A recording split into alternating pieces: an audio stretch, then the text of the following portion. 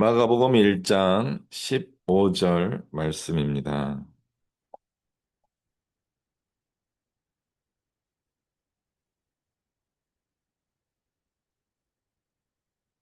우리 함께 한 목소리로 같이 읽습니다. 시작. 이르시되 때가 찼고 하나님의 나라가 가까이 왔으니 회개하고 복음을 믿으라 하시더라. 아멘.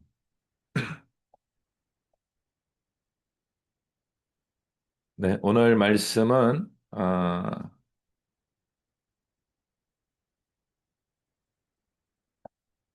예수 그리스도가 복음입니다. 라는 제목으로 같이 또 하나님의 은혜를 나누도록 하겠습니다.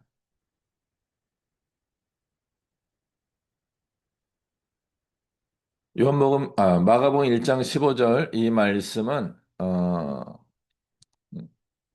그러니까 제가 이제 신학을 처음 공부하면서 굉장히 이제 인상적으로 읽었던 배웠던 그런 구절입니다.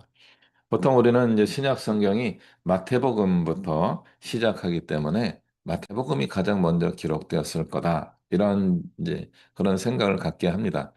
그런데 이제 성경을 연구하시는 분들, 우리 신학자들이 연구해 본 바에 의하면 어, 사복음서는 조금씩 뭔가 차이가 있는 것 같다 하는 것을 발견했습니다.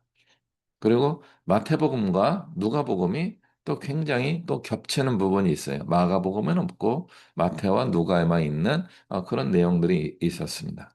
어, 야, 특이하네. 왜 성경이 이렇게 기록되었을까? 그러면서 이제 학자들이 가설을 이제 세우게 됩니다. 그 가설은 무엇이었을까요? 마가라고 하는 사람, 마태라고 하는 사람, 누가라고 하는 사람, 요한이라고 하는 사람들이 자기의 경험한 것을 그대로 서술한 게 아닐 수도 있지 않을까 하는 것이었습니다.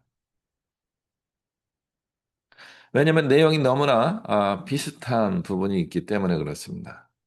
그럼에도 불구하고 또 내용의 차이가 있기 때문에 이 기록하신 분들의 특별한 경험이 녹아 있는 것처럼 보이기도 하였습니다. 그리고 자세히 보니까 마태복음, 마가복음, 누가복음은 비슷한데 요한복음은 또 다르게 기록되었어요. 그래서 마태, 마가, 누가를 부를 때 공관복음 이렇게 부르게 됩니다. 보는 관점이 공통된 면이 많다라고 하는 의미에서 공관복음 이렇게 부르게 됩니다. 그러면서 이제 요한복음을 따로 구분하게 되었습니다. 그 요한복음에 대하여 뭐 학자들의 견해가 많이 뭐 이렇게 나뉘어지고 있기는 합니다만은 요한복음은 영지주의적 관점에서 방식으로 기록된 복음서처럼 보인다라고 하는 겁니다. 그래서 영지주의는 이단 아닌가 하는 마음이 드는 거예요. 그래서 제가 이제 몇 번 말씀드린 것처럼 기독교 이단, 영지주의 이단이 있고요. 그리스 철학에 영지주의 철학이라는 것이 있습니다. 이 두 가지가 이제 구분되어야 하는데 저희가 구분하지 않고 쓰는 바람에 영지주의는 모든 것이 다 이단이다라고 하는 선입견을 우리 기독교인들이 가지고 있습니다. 저도 그런 선입견을 가지고 있었고요. 영지주의는 이단 아닌가 하는 마음을 가지고 늘 그 단어만 나오면은 굉장히 불편했어요. 영지주의, 불편해. 이런 마음이 들었어요. 그런데 이제 제가 이제 기회가 돼서 도마복음이라고 하는 것을 연구하고 그걸 간단한 논문으로 만들어서 이제 발표하면서 연구를 해보니까 방금 제가 말씀드렸던 것처럼 기독교 이단 영주주의가 있고요. 그 기독교와 상관없는 그리스 철학의 영지주의적 방법이 있었던 겁니다. 그래서 요한복음은 그 그리스 철학의 영지주의 방식을 사용하여서 기록된 복음서로 여겨지고요. 이것이 조금 더 적극적으로 영지주의 철학의 방식으로 기록된 것을 도마복음이라고 보고 있습니다. 그럼 영지주의가 좋은 겁니까? 나쁜 겁니까? 할 때 중립적인 거예요. 좋게 쓰면 좋은 거고요. 나쁘게 쓰면 나빠지는 겁니다. 나쁘게 쓴 것이 아, 그 우리 기독교 이단, 영지주의 이단들입니다.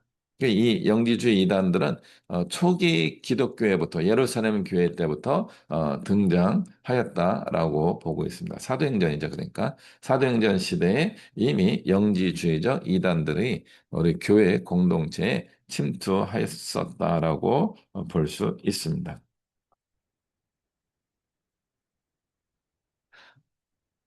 요한복음은 그렇다고 하고요. 마태, 마가, 누가복음은 공통된 관점으로 기록되어 있다라고 해서 공관복음이라고 하는데, 저도 성경 말씀을 어릴 때부터 읽으면서, 왜 좀 다르지? 그래서 선생님이나, 우리 이제 목사님들께 여쭤봤어요. 왜 내용이 다를까요? 어떤, 고위직에 있는 분의 자녀와, 어, 어디죠? 회당의 회당장 뭐 야이로의 딸의 치유 사건이 비슷한데 같은 인물인가요? 다른 인물인가요? 이런 질문을 이제 드렸었어요. 아, 저 말고도 다른 분도 이제 종종 그런 질문을 했던 거죠. 그런데 그 당시에 우리 교회학교 선생님이라든가 우리 이제 목사님들이 다른 사람이야 이렇게 가르쳤던 경우가 종종 있었습니다. 그런데 잘 읽어보면요 같은 사람이에요. 그런데 상황이 묘하게 다르고요. 사건들이 예수님의 어떤 치유 방식이라든가 이런 것들이 많이 달라요. 그래서 또 그렇게 보면 다른 사건처럼 보이기도 합니다. 그래서 이제 신학자들이 이렇게 고민하고 연구하고 지금도 고민하고 연구하고 있습니다. 어떤 면에서는 같은 사건을 다르게 본 것이고요. 또 어쩌면 다른 사건을 비슷하게 기록한 것일지도 모릅니다. 그래서 우리는 성경 말씀을 근거로 해서 예수 그리스도를 믿는 복음의 신앙을 갖는 것이 쉽지 않다는 것을 알고 있습니다. 그럼에도 불구하고 우리가 조금 더 노력을 해봐야 되는 겁니다. 초반에 말씀드렸던 것처럼 마태복음이 가장 먼저 기록되었을 거다라고 이야기해졌는데 마태와 누가가 공통적으로 참조한 복음서가 마가복음과 지금 현재는 존재하지 않는 걸로 이야기하지는 큐 복음서, 예수님의 어록으로만 기록되어 있는 복음서가 있지 않았겠는가 학자들이 이렇게 추측하고 있습니다. 그 어록으로 기록되어 있는 복음서가 제가 조금 전에 말씀드렸던 도마복음서와 같은 것입니다. 도마복음은 어떤 스토리보다는 어록 중심의 예수님의 말씀, 설교, 교육 이런 내용들을 중점적으로 기록하고 있습니다. 마가복음은 스토리가 좀 담겨져 있는 부분이고요. 마태와 누가에서는 예수님의 어록을 참조한 것 같은 설교가 집중적으로 모여 있는 그런 기록들이 있습니다. 대표적으로 마태복음 5장, 6장, 7장이죠. 산상수훈이라고 이야기하는 또 누가복음에서는 평지수훈이라고 이야기하는 그 내용의 예수님의 설교가 집중적으로 기록되어 있기도 합니다. 그런 내용들을 큐 복음서가 존재했기 때문에 가능한 게 아니냐라고 하는 학자들의 어떤 상상력, 이론들이 이제 존재하고 있습니다. 그래서 서론이 좀 길긴 했지만 이런 말씀을 드리려고 하는 겁니다. 우리가 가지고 있는 신약 성경에서 가장 오래된 복음서는 무엇일까요? 할 때 마가복음이라고 하는 겁니다. 제가 처음에 신학을 공부하면서 이게 깜짝 놀란 거예요. 마태복음 뭔지 아니었어요? 이랬더니 선생님이 이제부터는 생각을 바꿔 마가복음이 제일 먼저 기록되었어요. 그래서 모든 성경 중에 마가복음이 제일 먼저 기록된 줄 알았어요. 근데 조금 더 신앙을 배우고 또 저 나름대로 이런저런 책을 읽으면 깨달은 건데요. 신약 성경에서 가장 먼저 기록된 것은 마가복음이 아니었어요. 뭐였나요? 데살로니가 전서였습니다. 데살로니가 전서가 가장 먼저 기록된 신약 성경 내용이었습니다. 전 또 그것도 충격이었어요. 복음서가 먼저 기록되었어야 되는 게 아닌가? 라고 했는데, 복음서가 왜 기록되었는가 할 때, 그런 계획과 의도가 있었습니다. 무엇인가 하면, 사도들이 살아계실 때는 그분들이 여기저기 다니시면서 예수님 이야기를 해주셨어요. 그러니까 이게 복음서를 기록하는 것보다 이 사도들을 초대해서 말씀을 듣는 게 더 소중했던 그런 때였습니다. 그런데 그렇게 사도들을 초대해서 말씀을 듣는 와중에 편지를 쓴 분이 한 번 등장한 거죠. 그게 바울이었습니다. 다른 분들은 이제 글을 쓰는 일을 안 했는데 바울은 성경을 쓰려고 편지를 쓴 게 아니었고 데살로니가 교회를 돕기 위하여 편지를 썼던 거죠. 근데 그 편지 내용이 굉장히 교리적인 내용을 담고 있기 때문에 야, 이거는 우리가 성경으로 받아서 우리가 또 계속 읽고 가르치는 게 좋지 않을까 하는 이제 어떤 생각이 들었던 것 같습니다. 그래서 바울 서신서가 성경에 이제 편입되게 됩니다. 그리고 방금 말씀드렸던 것처럼 사도들이 돌아가시기 시작하면서 이제 말씀을 생생하게 들려주실 만한 분들이 사라진 거죠. 그 사도들한테 배웠던 분들, 저희가 이해할 땐 이을속자에서 속사도 시대가 이어져 가지고 배운 분들을 통해서 듣는 건데 그러다 보니까 조금 뭔가 떨어지죠. 실감나게 이야기하는 분이 계시지만 실감난 거를 들었던 분이 이야기하면은 조금씩 이제 차이가 발생하는 겁니다. 그런 차이들이 담겨져 있는 것이 복음서 기록이 아니겠는가 이렇게 보고 있는 거죠. 그래서 마태복음과 누가복음이 굉장히 비슷하면서도 또 굉장히 달라요. 그 마가복음 굉장히 비슷하면서도 또 전체 마태, 누가와 좀 다르고요. 또 요한복음은 아주 달라요. 또 요한복음 21장에서는 아주 대놓고 이야기하십니다. 예수 그리스도에 대하여 연구를 많이 해서 여러 자료들을 참조해서 지금의 요한복음을 기록하였다. 더 많은 내용을 넣을 수도 있지만 그렇게 하려면 이게 그 당시 양피지에 기록을 해야 되는데 이 기록하기가 참 어렵고 보관하기도 어렵다. 그리고 이 정도면 충분하기 때문에 이 요한복음을 잘 읽고 예수님을 믿으시오라고 하는 그런 내용이 요한복음 안에 들어 있어요. 자, 이제 좀 더 보도록 하겠습니다. 그래서 가장 먼저 기록된 복음서인 마가복음은 어떤 이야기를 하고 계시는 겁니까? 때가 되었다. 예수님의 첫 번째 설교, 선포, 말씀입니다. 때가 찼고 하나님 나라가 가까웠으니 회개하고 복음을 믿으라 라고 하는 겁니다.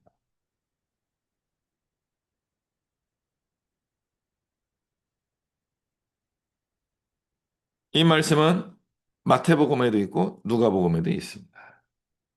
그런데 이 마가복음 말씀이 조금 더 굉장히 터프하게 기록되어 있습니다. 때가 찼다.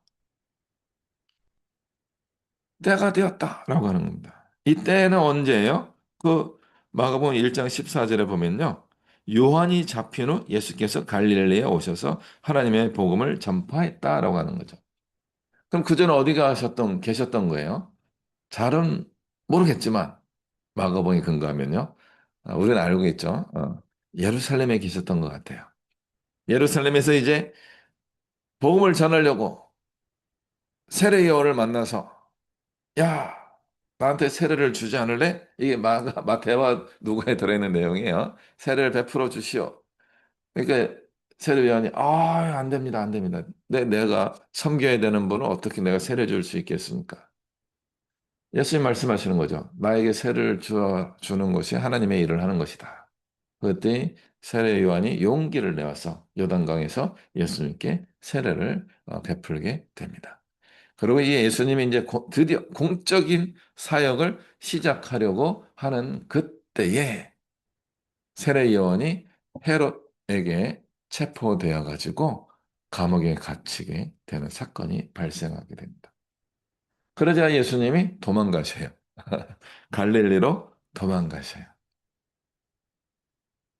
하나님의 아들 예수 그리스도께서 하나님의 일을 하려고 막 준비하고 세례도 받고 이제 시작해야지 하는 그 순간에 세례 요한이 체포가 되는 겁니다. 체포되는 그 이야기 상황을 예수님이 알게 되시자마자 예수님이 했던 첫 번째 행동이 도망가는 거예요. 도망가자. 갈릴리까지 도망가는 거예요.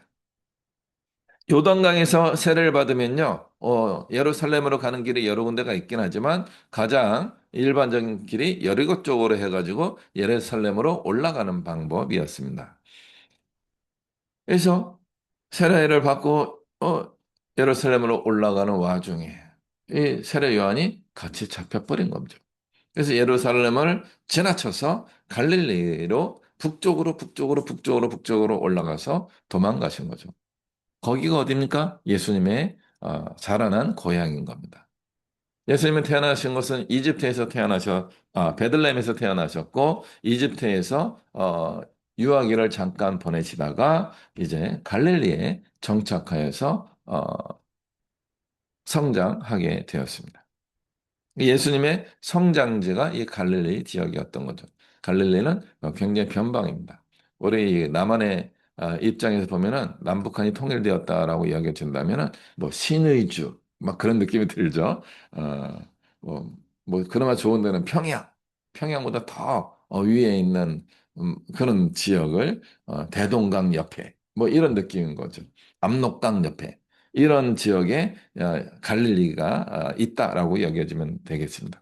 그런 굉장히 변방 지역에 북쪽 변방으로 부모님이 이주하셨고 거기에서 예수님이 이제 성장하게 된 것입니다. 시골인 거죠, 시골. 그 시골로 후퇴하셔가지고 하나님의 복음을 전파하기 시작하셨다 하는 겁니다. 하나님의 일을 하는 것 멋지게 일하고 싶은 마음이 저도 굉장히 커요. 굉장히 큰데 제가 이 나이가 돼서 깨달은 것 중에 하나가 바로 이 부분인 겁니다. 우리 인생도 그러하고 복음도 그러하고 예수님도 그러하십니다. 아주 멋지게 일하고 싶은 그때에 외적 상황이 받쳐주지 않는 거죠. 그리고 도망가게 만드는 일이 생기는 겁니다. 후퇴하는 거죠.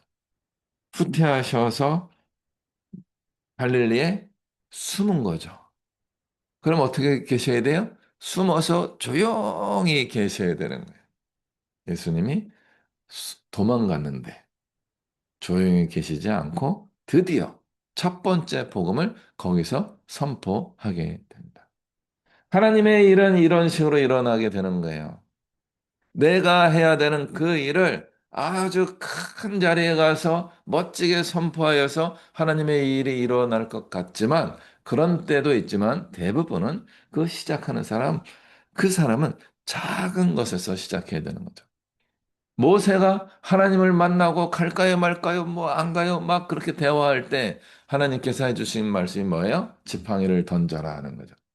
지팡이를 던지니까 뱀이 됐어요. 뱀이 된 그 그것을 또 집으래요. 그러니까 집기가 괜히 무서운 거죠. 그러니까 자기도 모르게 뱀의 꼬리를 잡아요. 가장 무식한 방법으로 뱀을 잡는 거예요. 뱀의 꼬리를 잡으면 뱀이 머리가 살아있기 때문에 막 돌이켜가지고 와서 물을 수도 있는 그런 거죠. 그런데 모세가 잘 몰랐어요. 그러니까 하나님의 말씀을 따라서 자기도 모르게 잡으라고 하니까 정말 잡기 싫어가지고 의식적으로 끄트머리를 잡은 거예요. 가장 바보 같은 선택을 한 것이죠. 그럼에도 불구하고 그 말씀에 순종하는 순간 뱀이 지팡이로 다시 변화하게 되는 거죠. 바보같이 뱀꼬리를 잡는 사람이 어디 있어요? 그런데도 불구하고 하나님의 말씀에 순종하였기 때문에 그것이 변화가 일어나게 된 것입니다.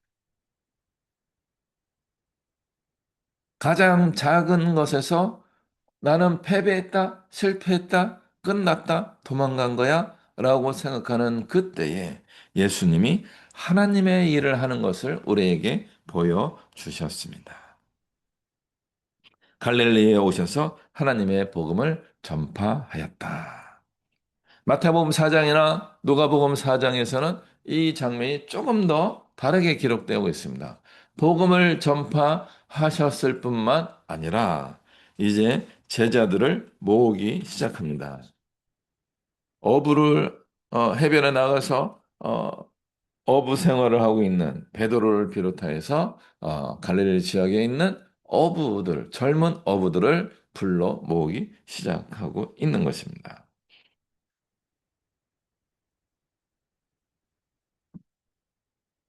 가장 촌놈들을 데리고요. 어, 가장 시골에 사시는 어, 평범함 이하예요.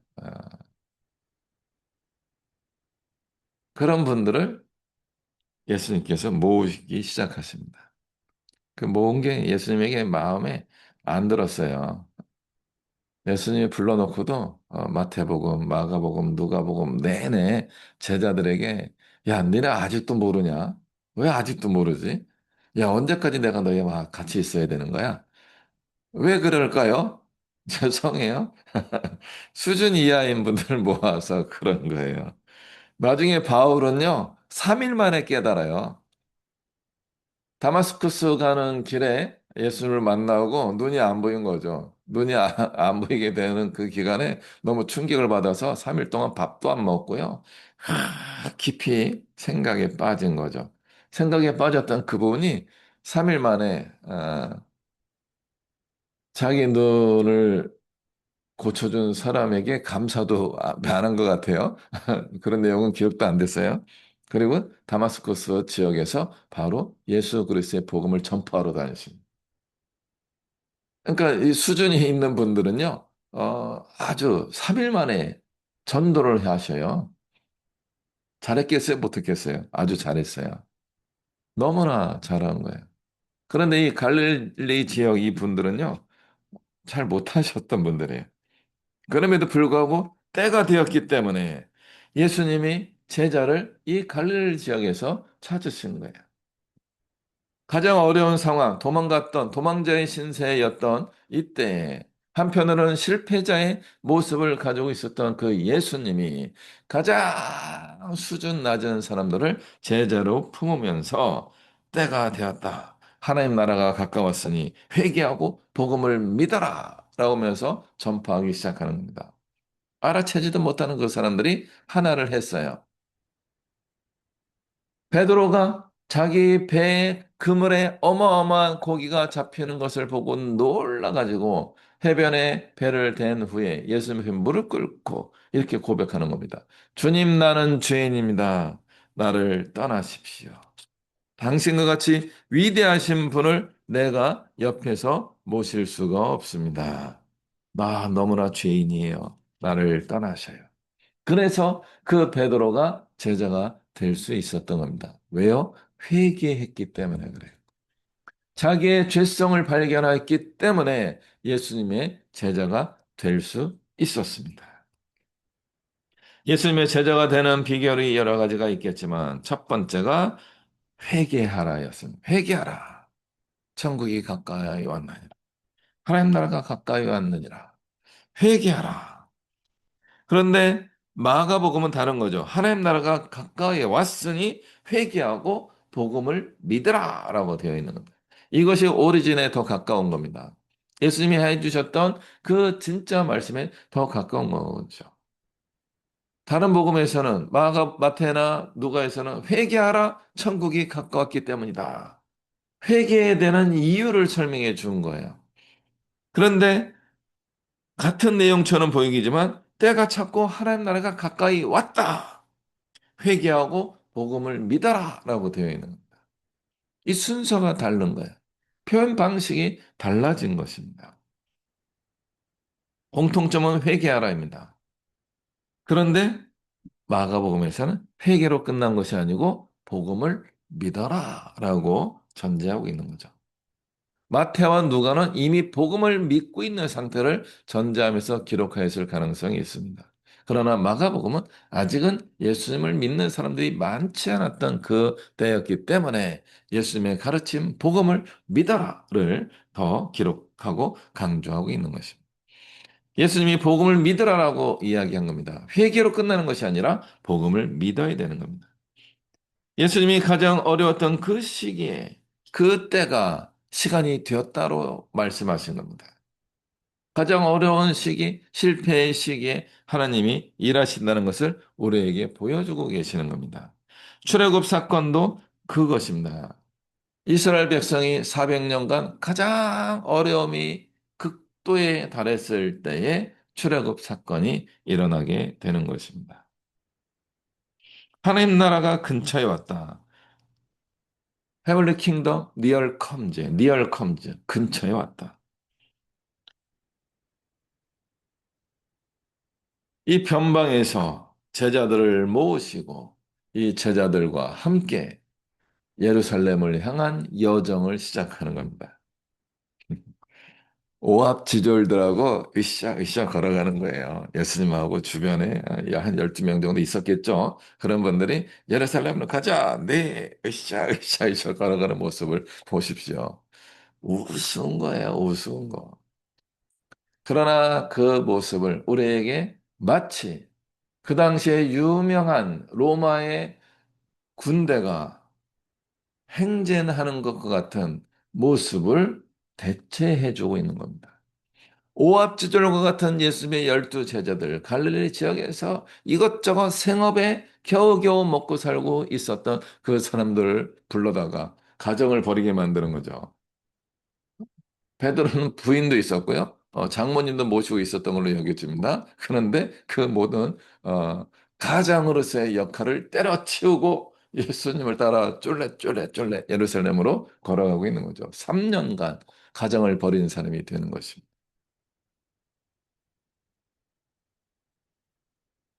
저는 그럴 때마다 베드로의 부인은 어떻게 살았을까? 아팠다가 낫기는 했지만 장모님은 어떻게 지내셨을까? 이런 생각을 하는 거죠. 복음을 믿는다는 것은 이런 넌센스를 품고 있는 거죠. 우리가 가지고 있는 그 상식을 넘어서는 상식을 벗어나는 선택을 해야 되는 것이 복음을 믿어라라는 거예요. 회개하라, 복음을 믿어라. 복음을 믿기 위해서 첫 번째 전제 조건으로 예수님이 주신 것이 바로 회개하라입니다. 회개하라. 어떤 것을 회개해야 되는 겁니까?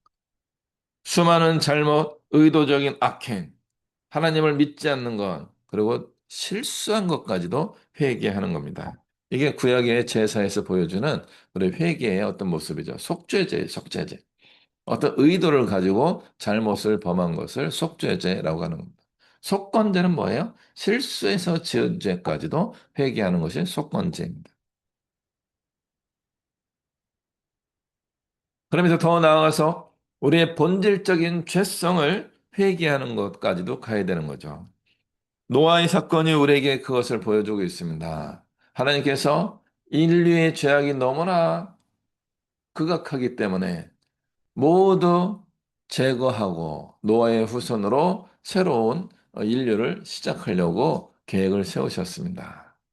성경에서 큰 홍수를 통하여 인류를 멸망시키시고 노아의 8가정을 새로 아담과 하와와 같은 그런 집안으로 만들어 주셨습니다. 아담과 하와가 있었던 것보다 상황이 조금 더 좋죠. 어, 그런데 창세기 8장 21절에 바로 하나님이 이렇게 말씀하십니다. 사람이 어렸을 때부터 마음에 계획하는 것이 악하구나 하는 거예요. 어릴 때부터 사람 마음에 뭔가 계획이 생기는데 그 계획들이 악하구나. 여러분이 무엇인가 계획을 세울 때 여러분을 이롭게 하려고 하는 계획일 건데 그 이로움의 계획은요, 항상 누군가에게 아픔을 주고 상처를 주고 심하게는 고통과 좌절을 만들어내는 죄악이 될 수 있다는 거예요. 나쁘다는 거예요. 그걸 회개해야 되는 겁니다. 이거는 홍수로도 고칠 수 없는 것이었죠. 이것이 예수 그리스도께서 오셔서 우리에게 주시는 메시지입니다. 회개하라. 우리가 죄인인 것을 발견하고 회개해야 되는 겁니다. 우리는 인간은 하나님의 형상이면서 망가진 존재입니다. 그러므로 우리는 나 자신에 대하여 계속 철학적이고 종교적인 성찰을 할 수 있어야 되는 겁니다. 종교적이고 철학적인 성찰을 할 수 있는 때는 언제인가요? 힘들 때예요. 정말 할 수 있는 게 아무것도 없을 때, 놀고 먹는 것도 지겨운 때, 일하고 싶은데 일거리가 생기지 않을 때, 나는 정말 최고의 인생의 절정을 살아가려고 하는데 육체의 질병을 맞이하게 되었을 때, 그럴 때 우리 인간이 드디어 철학적이고 종교적 성찰을 하기 시작합니다. 느낌이 좀 늦었다는 느낌이 들지 않으세요? 그때라도 하는 게 맞긴 하지만 그때 하면 뭔가 굉장히 늦은 시간이 될 겁니다. 언제 하는 게 제일 좋을까요? 청년의 때 하는 게 제일 좋습니다. 청년들이 가장 힘들 때. 힘들고 어려운 날이 오기 전에 너의 청년의 때에 하나님을 기억하고 하나님을 묵상하는 시간을 가져야 되는 거예요. 그리고 아직 가장 젊을 때, 그게 언제예요? 오늘이에요. 오늘이 지나면 내일 또, 우리가 하루 더 먹고 또 하루하루 계속 나이를 먹죠. 그래서 언제 가장 젊어요? 지금이 가장 젊은 때입니다. 지금 우리가 이 철학적이고 종교적인 성찰을 해야 되는 겁니다. 제가 최근에는 우리 기독교 애니어그램을 계속 알리려고 하고 있습니다. 최근에 감사하게도 계속 저와 애니어그램을 하는 분들이 생기셨어요. 어제도 5분이 오셔가지고 같이 애니어그램 같이 나눴습니다. 원래 저 때문에 온 분들은 아니에요. 한 분이 굉장히 주도적으로 사람들을 잘 모아서 이 애니어그램의 좋은 것을 같이 경험하고 누리고 나누게 해주시는 정말 모으는 은사가 있는 분. 근데 그 은사가 있는 게 저절로 되는 게 아니에요. 정말 그분이 수고하고 애를 쓰셔가지고 어제도 5분이 모이셨습니다. 모이셔가지고 같이 애니어그램적으로 서로 발견하고 제가 이제 설명하는 게 지루하잖아요. 지루하긴 하지만 중간중간 깨달음이 있고 서로 이게 아, 영향을 주고받으면서 대화하면서 아주 중간중간 그 웃음도 없고 또 굉장히 진지하게 자기 발견을 하기도 하는 그런 시간을 가졌습니다. 애니어그램적으로 저희가 기독교적 깨달은 것 중에 한 가지 바로 이것이었는데 무엇인가 하면 우리가 패션이라고 하는 나의 삶의 에너지와 나의 잘못된 죄성이 연결되어 있다 하는 것입니다. 그래서 1번은 삶의 에너지가 분노예요. 이 분노는 잘못된 것을 보고 저절로 화가 나는 거예요. 그래 고쳐주고 싶은 거죠. 이게 좋은 점이에요. 그런데 또 그것이 죄성이에요. 2번은 도와주고 싶어 하는 마음이 많은 분인데 그런데 그 내면의 삶의 에너지가 교만함이에요. 내가 도와주니까 좀 더 괜찮은 사람이야 라고 하는 자기도 모르게 나는 괜찮은 사람이야 라고 하는 교만 의식이 있는 거죠. 3번은 성공을 잘 하는 분이에요. 그래서 계속 성공을 하려고 하다 보니까 자원을 자기 게 아닌 자원까지도 잘 가져다 쓰는 성공적인 분인 거죠. 그래서 3번에게 그 패션이 속임수라고 하는 거예요. 성공을 향한 그 열정이 또 한 가지 죄성이라고 하는 겁니다. 4번은 굉장히 독특하고 유일하게 살고 싶어 하는 마음이 있는데, 그러다 보니까, 그 수준에 도달하기 위해서는 몸과 마음과 시간을 들여서 성공하는 과정들이 필요해야 되는데, 이미 눈만, 마음만 저기까지 발전해 있다 보니까 이미 이룬 사람들을 질투하고 그 질투하는 마음 때문에 하기 싫어 하면서 인생을, 어떤 목표를 포기하는 그런 일이 발생하게 되는 겁니다. 그런 질투가 한편으로서는 삶의 에너지이면서도 그분이 회개될 자기만의 죄성인 겁니다. 5번은 욕심이 많은 거고요. 6번은 너무나 불안에 사로잡혀서 안전만 추구하는 것이 삶의 에너지며 죄성인 거고요. 7번은 정말 재미있고 즐거움을 추구하고 다른 사람들도 행복하게 하는데 그것 자체가 아주 어수선하고 하나님의 창조 질서를 무시하고 하는 죄성으로 이어지기도 하는 거예요. 8번은 뜨거운 사랑을 베풀려고 하나님 보내셨던 분인데 자기가 하고 싶은 것만 하는 또 그것을 하기 위해 사람들을 힘들게 하고 불편하게 하는 그런 죄성이 열정과 죄성이 동시에 존재해서 나는 맞다고 생각하지만 그것 때문에 많은 사람들이 어려움과 상처를 겪기도 하는 겁니다. 그리고 9번인 분들은 정말 에너지가 많은, 아니, 좋은 능력이 많음에도 불구하고 자기가 가지고 있는 그 에너지를 안 하는 쪽으로 사용하기 때문에 그 게으름의 열정이 그 사람의 죄성이 되어 버리게 되는 것입니다. 그래서 죄성은 어떻게 되는 거예요? 회개해야 되는 겁니다. 그래서 발신 없는 회개가 필요한 거죠. 예수님의 마지막 만찬 자리에서 목욕하는 회개가 있어야 되고요. 그리고 날마다 발을 씻는 회개가 있어야 되는 겁니다. 그래서 우리는 발 씻는 회개만 하는 분들이 계시고요. 목욕만 하는 분들이 계셔요. 목욕은 한 번만 하면 된다는 거죠. 구원받는 회개는 한 번이면 족하고, 그리고 날마다 발을 씻는 정결함의 회개가 우리에게 필요합니다. 이 정결함의 회개는 적어도 제가 애녀가름적 관점에 볼 때 나만이 느끼는 이 죄성이 있다는 거예요. 근데 내가 가지고 있는 그 죄성을 나는 죄라고 여기지 않는 거야. 예를 들어 일본이 화를 내는 건 당연한 거예요. 잘못된 걸 보고 화를 냈기 때문에. 그러나 그 화를 내는 것은 하나님의 뜻을 이루지 못하는 겁니다. 2번이 다른 사람을 돕는 것을 정말 잘하는 분들인데 그 내면의 교만함으로 이 일을 하고 있다면 그것은 하나님의 일이 되지 못하는 겁니다. 회개해야 되는 겁니다. 3번도 4번도 5번도 6번도 7번도 8번도 9번도 각각의 그 열정이 있는데 마태복음 7장 3절에 나와 있는 말씀처럼 다른 사람 눈에 있는 티를 빼주려고 하는데 자기 눈에는 대들보가 박혀 있다는 거예요. 그래서 내 눈에 있는 들보를 빼내고 나서야 다른 사람의 눈에 먼지를 빼주는 그런 돕는 일을 할 수 있다는 거죠. 내 눈에 들보가 있는 상태에서 다른 사람들을 도와준다는 것은 불가능한 겁니다. 제대로 되지 않는 겁니다. 회개라고 하는 것은 이 두 가지가 있습니다. 구원받는 회개가 있고 나의 삶에 타고난 하나님의 형상이 깨진 부분에서 나오게 되어 있는 그 흘러나오는 내가 가장 그렇게 살아가려고 애쓰는 거기에서 나오는 독소가 있다는 거예요. 그 독소를 회개해야만 하는 겁니다. 그 거룩함을 추구하며 나아가는 그 회개가 있어야 되는 거죠. 그건 자기만의 회개예요. 근데 대부분은 그게 자기의 장점이기 때문에 회개를 못해요. 나의 장점을 회개하여서 거룩하게 만들어서 하나님의 뜻을 이루는 도구로 바꿔야 되는데 그게 안 바뀌는 거죠. 회개를 하는 것은 이 두 가지가 최소한 포함되어야 하는 겁니다. 원래 우리 인간은 어려서부터 마음에 생각하는 것이 악하구나.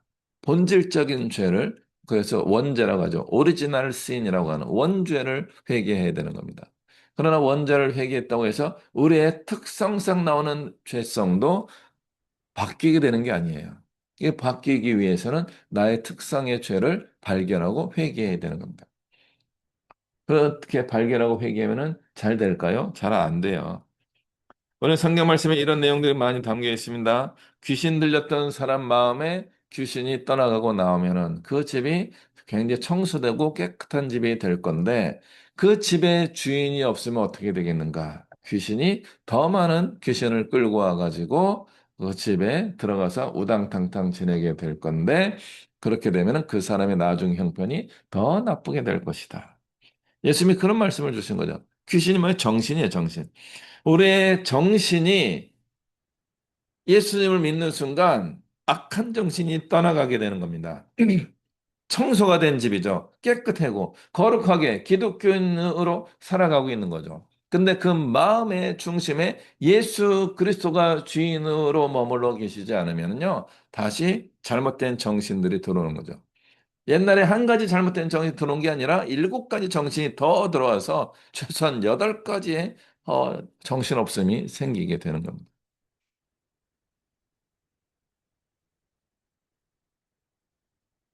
그러면 우리는 회개로 끝나면 안 되는 겁니다. 구원받는 회개가 우리의 천국에 가는 길을 보장하지 않을 수도 있습니다. 이건 굉장히 신학적으로 위험한 이야기이기 때문에 앞으로도 이 이야기는 논쟁의 여지가 없지 않아 있습니다만은 가룟 유다를 보는 거죠. 예수님의 제자였을 때 이분이 회개하고 예수님을 구세주로 믿었을까요? 안 믿었을까요? 믿었을 거예요. 저는 믿었다고 생각합니다.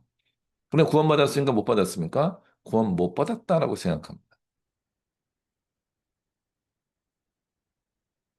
이 로마서에도 나오는 이야기고요. 바울의 고백에도 나오고 있습니다.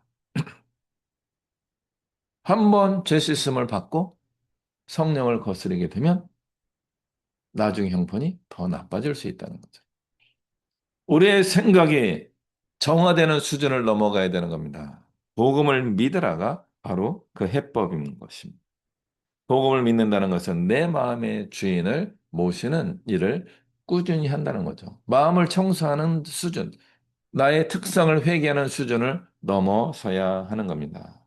그러므로 첫 번째는 예수 그리스도를 믿는 것이 복음을 믿는 첫 번째 이야기입니다.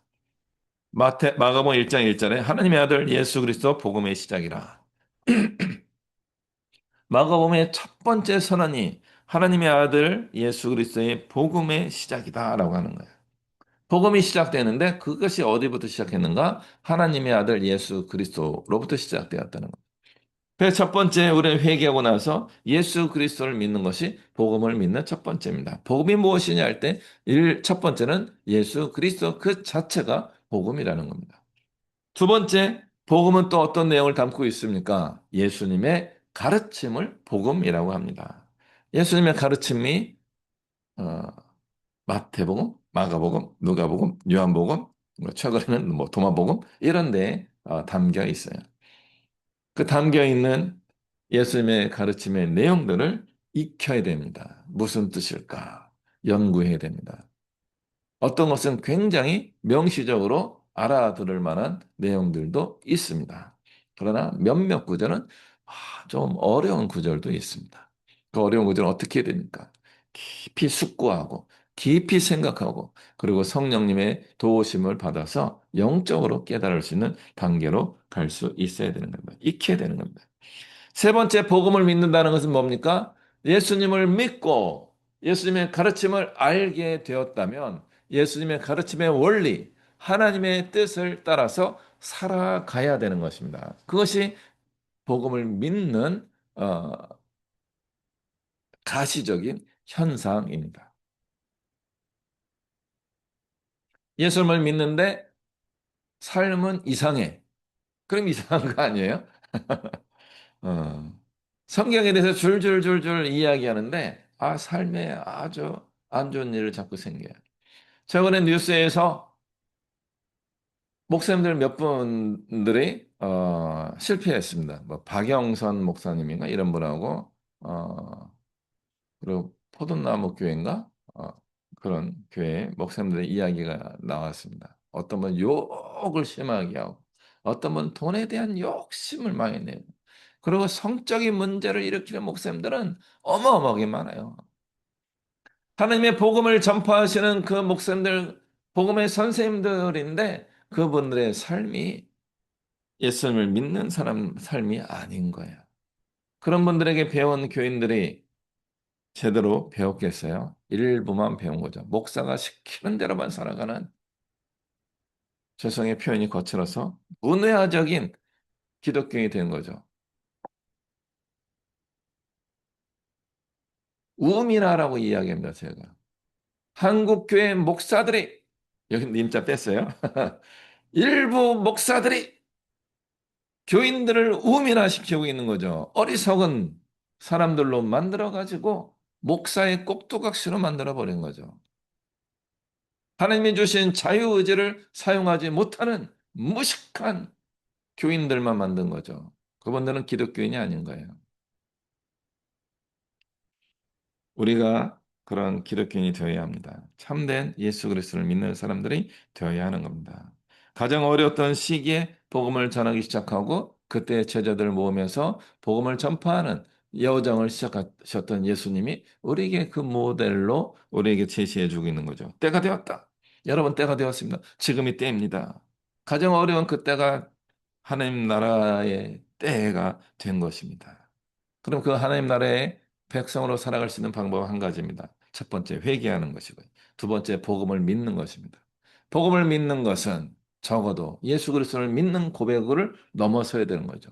예수님의 가르침을 깊이 훈련하는 것입니다. 그리고 그 가르침을 따라서 살아가는 삶으로 완성되어야 하는 것입니다. 이런 하나님의 뜻을 이루어가는 우리 모든 믿음의 식구들 되시기를 주님의 이름으로 축복합니다. 기도하겠습니다.